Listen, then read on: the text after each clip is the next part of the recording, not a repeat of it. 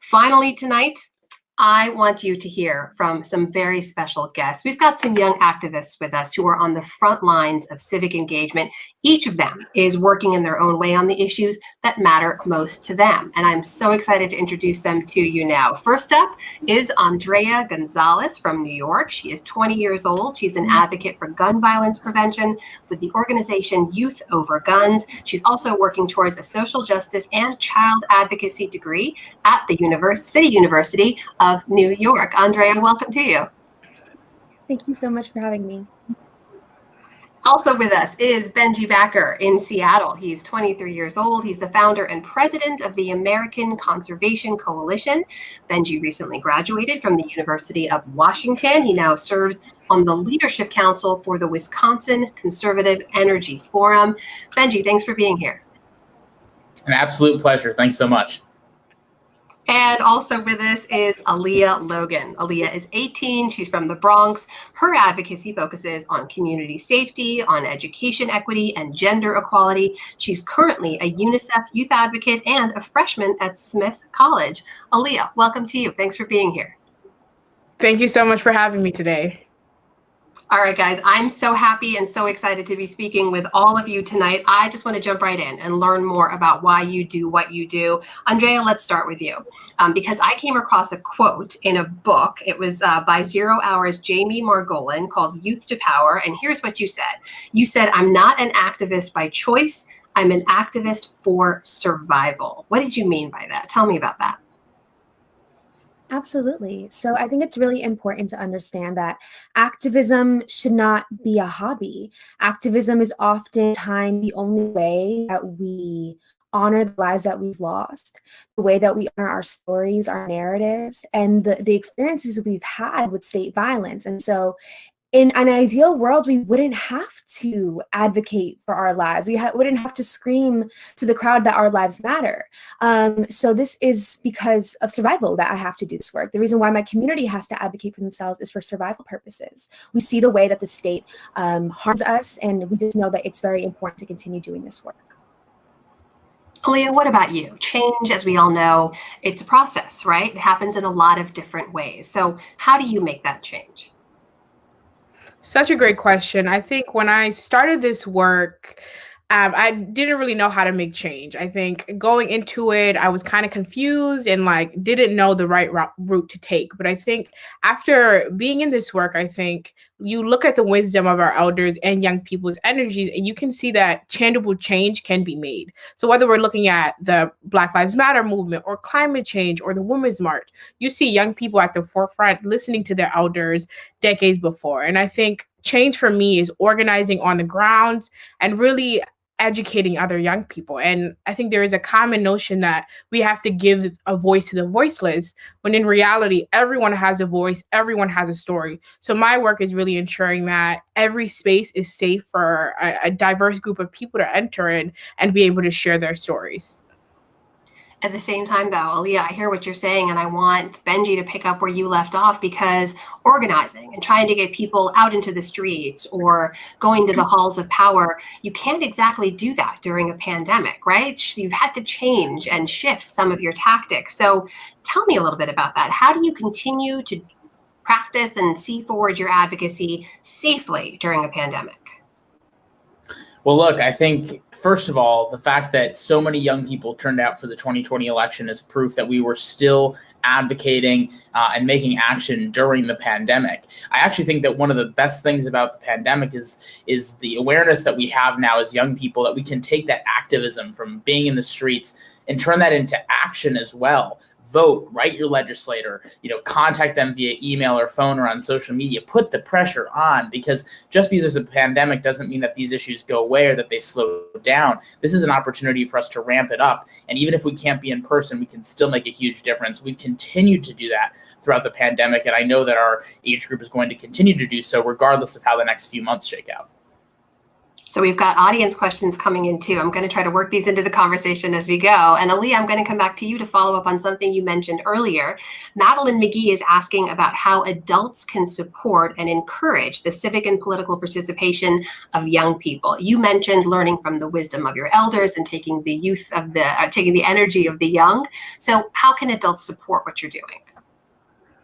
For starters, thank you so much, Madeline, for that question. I think I often get asked that, how can adults support young people? And I think for starters is ensuring that young people are in spaces where policy decisions are being made.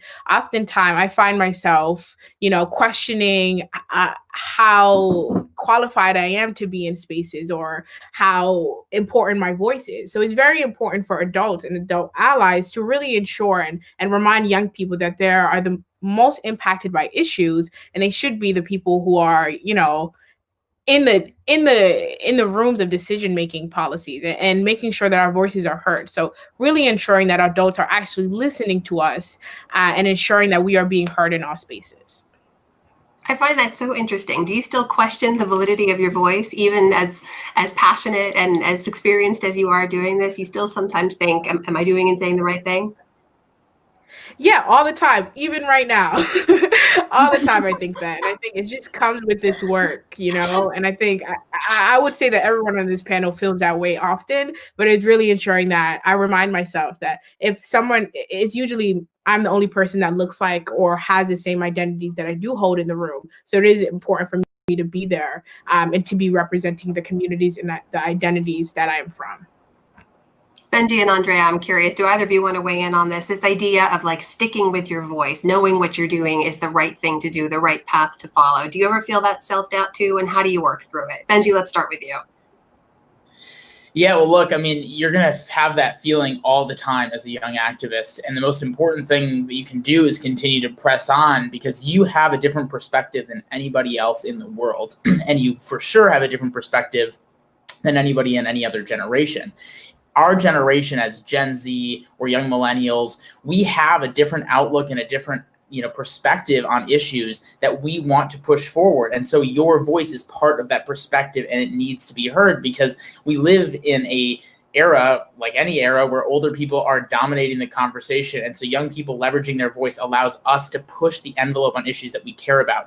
And going back quickly to the question that you asked earlier about how adults can listen, adults need to be open to change. They live, we're in a new generation, we're in a new era now, and older folks need to realize that there are differences in opinion from young people as there are to older people. And as a conservative, seeing how young conservatives and young liberals align on a lot of the issues is a change that older generations need to be more open to. Andrea, I'm going to let you weigh in on both of those, and then I want to move on to the new administration, but talk to us about those. How can adults support what you're doing, and how do you stay true to your voice? Absolutely. I think that a lot of young people, they are just so they're nervous about what they have to share. They're nervous about their experiences because a lot of times, especially for young people that carry marginalized identities, they are often shut out of conversations. And so it's really, really, really important for adults to uplift them and affirm them in their experiences and make sure that they are passing along opportunities, lets them share their experiences and share what they need to be heard. And so, yeah, I think something that's really important for adults to do. And I just really want that young people to know that their voices are incredibly important and that they are the experts of their own reality, and they need to be in those rooms to share their experiences in their community. So Benji, you mentioned, of course, your perspective as a conservative. And I want to ask you, because we're at this moment in time where people make a lot of assumptions about people on both sides of the political aisle, but especially in this week when we're talking, especially after the events and the insurrection and the Capitol attack last week. Those who self-identify with the Republican Party are being asked a lot of tough questions right now. So I want to ask you, what role do you see for young conservatives for the next 4 years? Well, look, there is an obvious reboot that needs to happen within the conservative movement, and there are important issues that need to be solved with conservatives being at the table. One of those is the issue that I care about most with the American Conservation Coalition, and that's the environment.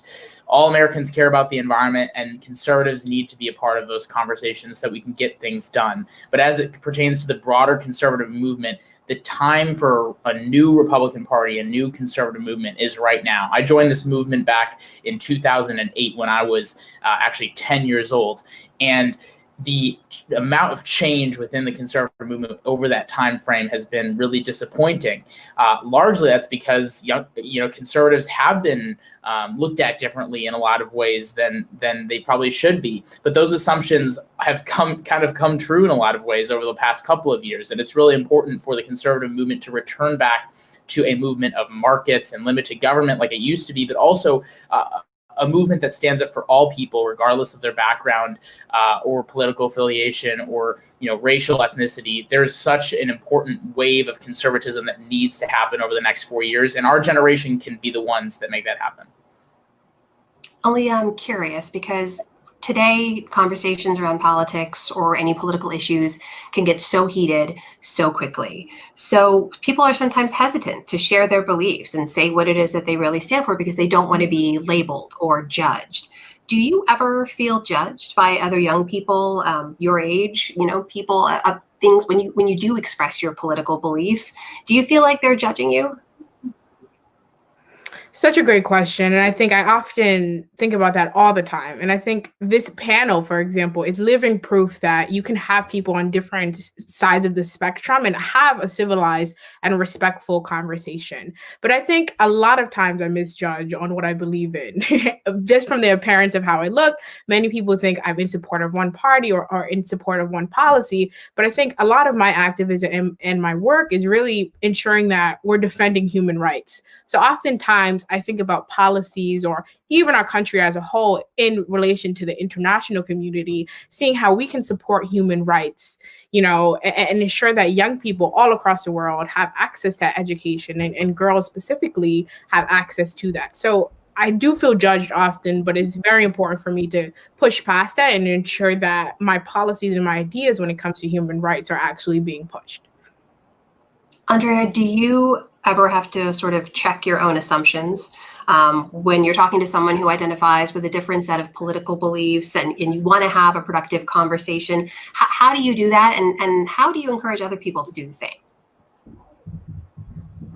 Definitely. So I think it's just extremely important to have empathy when you're coming to these conversations and also to take a deep breath as well, especially for our Black and Brown young people who are often called to the table first to talk about issues that directly impact them. And that brings up a lot of trauma for us as well. I just, to that, in the way that I check myself in those conversations, I try to take a deep breath and try to, understand that this is just a conversation and that my work isn't going to stop, regardless of the way that the conversations. And my job as like an educator and as an organizer is to try to get everyone on the same page and champion folks to the cause and uplifting Black and Brown people in this country and across the world. And as long as I'm doing that, I'm going to keep on doing what I'm doing. So very briefly, I want to hear from each of you before we go, because this is such an important thing for everyone out there watching. And Andrea, I'll start with you. But obviously the work that you guys do is so important. The change isn't going to happen overnight, right? It's going to take a lot of dedicated effort, and you're going to have to keep working as hard as you have been. So what advice do you have for anyone out there who wants to get involved, who wants to be on the front lines with you, but may feel discouraged in this moment? Andrea, what would you say to them? To those young people, I would definitely say, look to your community. There are people on the ground in your community doing amazing work. They're the ones that are filling your community fridges. They're the ones who are organizing the marches. Look for those folks. They will guide you and mentor you to where you need to be. And to not be afraid to share what you believe in. I think young people are incredibly imaginative. And so you are essential in these spaces. And activism doesn't look one way. It looks like a million different ways. And that's why it's so beautiful. And so it's just really important for everyone to get involved in these conversations in whatever capacity they can. Benji, what about you? What's your advice? My advice would be nothing is unsolvable. All the challenges that we face as a society will be solved with the hard work of activists and people who are taking that active mindset into action as well. And on an issue like climate change, which so many of us care about, there isn't going to be one quick solution, but be proud of the progress of taking steps in the right direction over the course of a short amount of time and a long period of time, because we will solve these problems with your leadership. We won't be able to solve them without it. And that's where we really need you to step up and be a part of that change and understand that you're going to be a part of something so much bigger than yourself, but it's going to happen over time in such a strong way because of your leadership. And we want more young people in the movement, and the time is now, and the time is never going to be better than right now. Aaliyah, last word goes to you. Just echoing everything Andrea and Benji said, I mean, they hit it right on the nail. It's so important for young people of all ages, of all backgrounds to be included and to feel like their voices are important. You know, I always say that you have to hone on your leadership skills and the skills that you already know, because the fact of the matter is your voice is important, your background is important, everything you're advocating for is extremely important. So really building confidence and building self-harmony is extremely important when getting into this movement and recognizing that we are the young people that are going to make the change. Well, you guys are just incredible. Seriously, this is such an inspiring conversation. I am in awe of you and everything that you do. I just want to bottle all this up and take a sip from it every day. Thank you, Benji, Aaliyah, and Andrea, for being here, for the work that you do. I am so grateful, and I'm so happy I got to talk to you tonight.